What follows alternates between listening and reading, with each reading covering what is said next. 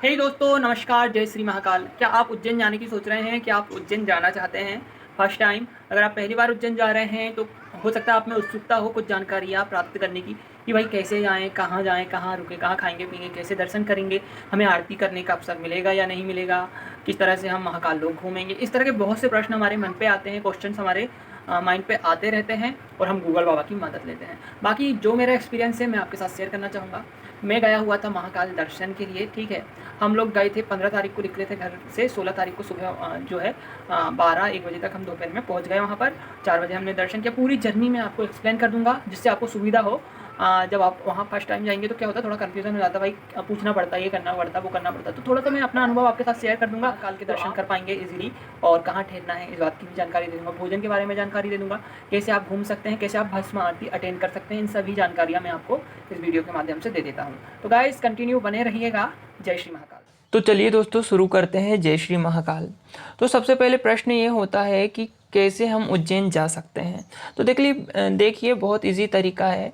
इसके लिए आप बाय ट्रेन आ सकते हैं, बस से आ सकते हैं, एरोप्लेन से आ सकते हैं, जिस तरह से आप आना चाहते हैं, जो आप अफोर्ड कर सकते हैं। तो इसके लिए आप सिंपल सा तरीका है, गूगल में सर्च कीजिएगा, इजीली आपको जो है पता चल जाएगा कहाँ से क्या है, ट्रेन कहाँ से, बस कहाँ से है, कहाँ से ट्रेन चेंज करनी है, बस कहाँ से चेंज करनी है, फ्लाइट के थ्रू आ रहे हैं तो कैसे आ सकते हैं। ठीक है। बाकी ट्रेन के थ्रू अच्छा रहेगा। अगर आते हैं तो रिजर्वेशन करवाए, जनरल में ना आए, क्योंकि आप एकदम थक जाते हैं ना, घूमने जा रहे हैं तो रिजर्व बेटर रहेगा। आराम करते हुए जाए, एक एनर्जी रहेगी अंदर, तो आप अच्छे से घूम पाएंगे। ठीक है। बाकी आप आपके हिसाब से देख सकते हैं। इसमें आप गूगल बाबा की ज़रूर हेल्प ले लीजिएगा, वो अच्छे से आपको वहाँ पर जानकारी मिल जाएगी। ठीक है। अब रूम्स की बात करें तो दूसरा होता है उज्जैन नगरी पहुँचने के बाद हम रूम कैसे देखें। तो देखिए वहाँ पर आपको जब मंदिर के पास आप जाएंगे ना, बहुत सारे लोग आपको मिल जाएंगे जो कि हाँ आपको कहेंगे भाई रूम चाहिए क्या, रूम चाहिए क्या। जाइएगा, देखिएगा, और जो पसंद आए भाई आपके बजट के हिसाब से वो रूम आप वहाँ पर ले सकते हैं इजीली। भारत माता के सामने से भी एक गली गई हुई है। ठीक है। आगे जाएंगे वहाँ पर भी आपको मंदिर के जस्ट पास में बहुत ही अच्छे अच्छे रूम्स मिल जाएंगे। हमने 1200 2 दिन का 1200 रुपये, मतलब एक दिन का 600 रुपये में हमने रूम किया हुआ था। ठीक है। तो इजीली आपको वहाँ पर आपके बजट के हिसाब से रूम्स मिल जाएंगे। ठीक है। और फिर आता है खाने की बात। तो भाई खाने के लिए आप तो उसके लिए तो है नहीं। जब आप मंदिर के आसपास ही आपको आगे की गली में जो है भोजनालय है, अच्छे अच्छे रेस्टोरेंट है। वहाँ पर आप इजीली जो है 120 से चालू होती है थालियाँ, 170 की भी हमने खाए हैं। ठीक है। वहाँ पर थाली, और बाकी भारत माता मंदिर के बाजू में भी एक है सात्विक भोजनालय। ठीक है। तो वहाँ पर भी आप बुफे रहता है, खुद जाइए, सात्विक खाना रहता है। 120 रुपये दीजिए, जितना भरपेट खाना है, खुद बुफे रहता है, रखा हुआ होता है, आप निकालिए और खाइए। और बाकी भी अलग अलग रेस्टोरेंट है, होटल से आप व्यू कर सकते हैं। बाकी हमें ना बाद में पता चला कि मंदिर की ओर से भी भोजन करवाया जाता है, जो कि हम दर्शन करते हैं उसी के पीछे कोई काउंटर है, वहाँ पर हमें टोकन दिया जाता है। तो एक बार आप मंदिर के जो प्रबंधक है, जो भी वहाँ पर सिक्योरिटी गार्ड होते हैं या जो भी वहाँ के समिति वाले हैं, उनसे पूछ लीजिएगा। तो आपका जो बजट है ना वो थोड़ा कम हो जाएगा। अगर आप वहाँ पर जाएंगे तो खाने का पैसा बच जाएगा। बाकी मुझे बाद में पता चला कि वहाँ पर भोजन की व्यवस्था भी होती है यूट्यूब के माध्यम से। ठीक है। अब दर्शन की बात आती है। जब भी आप जाएँ ना तो दर्शन आप शाम के समय तो हम गए थे जब कम से कम 2 बजे हम पहुंच गए थे उज्जैन, और रूम हमने लिया। फिर नहाते धोते तक हमें 4 बज गए। हम 4:30 बजे तक गए वहाँ पर मंदिर में। 5 बजे तक हमने दर्शन किया। बहुत ही अच्छे से दर्शन हुआ। जिस तरह से सुबह भस्म आरती में वीआईपी लोगों को जहाँ से दर्शन होते हैं ना, वहाँ से हमको दर्शन हुआ। तो शाम को हमको बहुत ही अच्छे तरीके से शिव जी के दर्शन हुए, साक्षात हमने देखे उनका स्वरूप को। और फिर दर्शन तो आप ये नॉर्मली हो गया। फिर भस्म आरती इम्पोर्टेंट होती है, तो इसको मैं अच्छे से एक्सप्लेन करना चाहूँगा। ये यहाँ पर थोड़ा जो है लंबा घिस सकता है। ठीक है। तो भस्म आरती आपने देखी होगी। ये अनुभव मेरा कैसा रहा मैं आपके साथ ये शेयर कर रहा हूँ, और इसी से संबंधित मैंने ये वीडियो बनाने की कोशिश की है। ठीक है। कि कई लोग जो भक्त हैं शिव जी के, महाकाल के दर्शन करने जा रहे हैं, तो भस्म आरती लेना चाहते हैं, तो किस प्रकार से आप ले सकते हैं।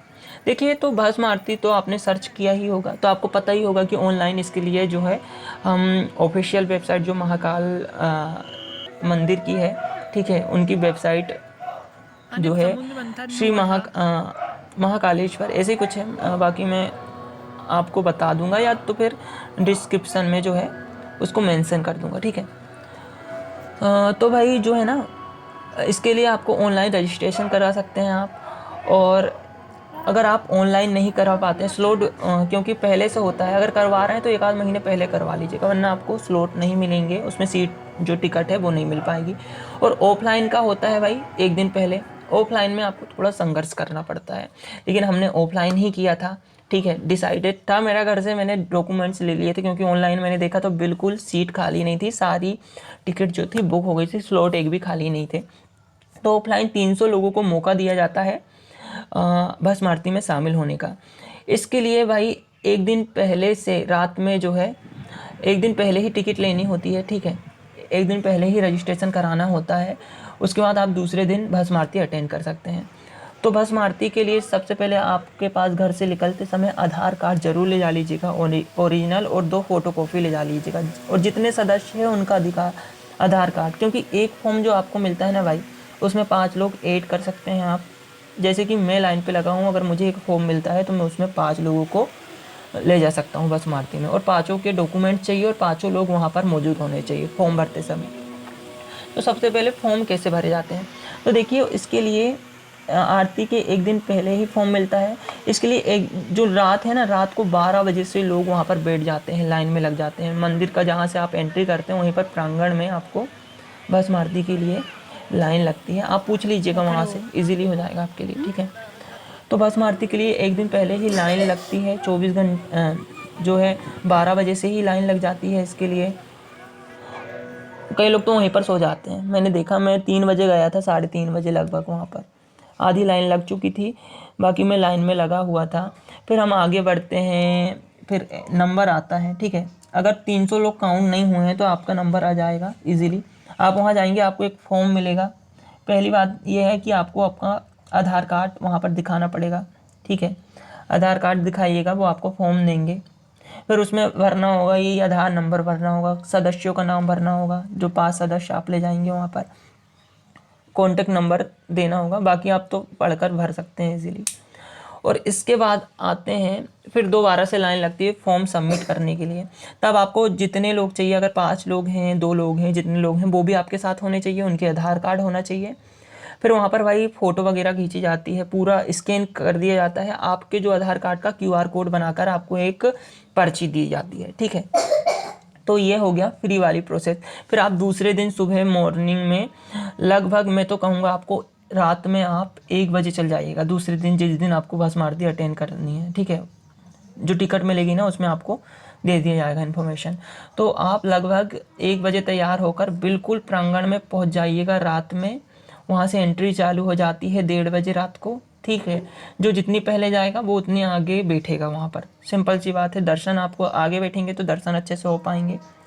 तो थोड़ा संघर्ष करना पड़ता है, लेकिन जो खुशी मिलती है ना टिकट मिलने के बाद, वहाँ लाइन पर खड़े होने के बाद, वो बहुत ही यार मन में एकदम उत्सुकता भर देती है और मन एकदम खुश हो जाता है।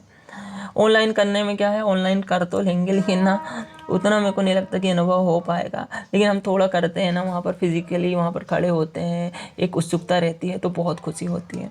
तो आप ऑफलाइन भी दर्शन कर सकते हैं, ऑनलाइन भी दर्शन कर सकते हैं।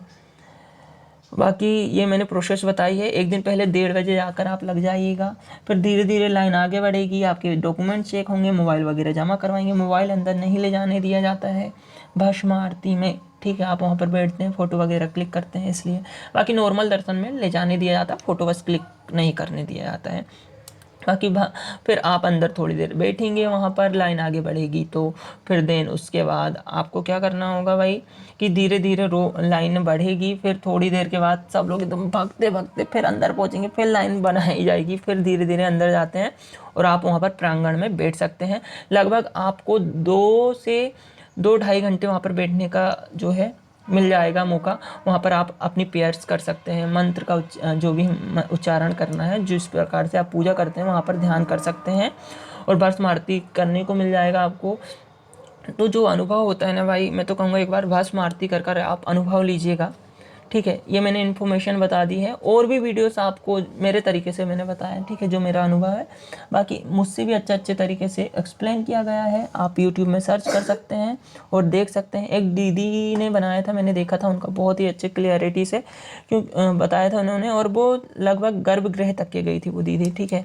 तो एक बार उनका भी देख लीजिएगा ब्लॉग, उज्जैन ऐसे ही डालिएगा, सर्च कीजिएगा महाकाल नगरी ब्लॉग, तो आपको शायद मिल जाए वो वीडियो। अब आता है भस्म आरती के बाद आप जो घूम सकते हैं, पहले भी घूम सकते हैं, हमने तो पहले ही घूम लिया था महाकाल लोक। भारत माता के मंदिर में जाइएगा, वहाँ पे दर्शन कीजिएगा, जस्ट वहाँ से बाजू से आपको जो है रास्ता गया हुआ है महाकाल लोक के अंदर, तो आप इजीली, ये तो नॉर्मल चीज़ वही घूम सकते हैं, ठीक है। तो महाकाल लोक में बहुत ही अच्छे तरीके से शिव जी के अलग अलग रूप को, अलग अलग कथाएँ वहाँ पर दर्शाई गई है, बहुत ही सुंदर है, ठीक है। अब आते हैं मंदिर, जो आसपास मंदिर है, तो देखिए हमने माँ हरसिद्धि जी का दर्शन किया था, काल भैरव जी का दर्शन किया था, गढ़कालिका जी का दर्शन किया था, और भी बहुत सारे टेम्पल्स हैं, ऑटो वाले आपको इजीली ले जा लेंगे, ठीक है। तो वैसे कहा जाता है कि काल भैरव जी का दर्शन करना अनिवार्य होता है, माँ हरसिद्धि का कीजिएगा, और बहुत सारे वहाँ पर टेम्पल है, वो कीजिएगा दर्शन जाकर, ठीक है। और शिप्रा नदी मत भूलिएगा, अगर आप उज्जैन जा रहे हैं ना, तो शिप्रा नदी जी के दर्शन जरूर कर लीजिएगा, ये इम्पोर्टेंट हो जाता है। अगर आप जा रहे हैं, बाकी जगह दर्शन कर रहे हैं, तो शिप्रा जी पास में है, बिल्कुल जाइएगा, दीपदान कर सकते हैं, दर्शन कर सकते हैं। तो ये थी सारी मेरी जर्नी, मेरा अनुभव। तो भाई जय श्री महाकाल, जाइएगा और महाकाल जी के दर्शन कीजिएगा, एंजॉय कीजिएगा। बाकी अगर वीडियो पसंद आए तो लाइक कर सकते हैं, चैनल को सब्सक्राइब कर सकते हैं। जय श्री महाकाल।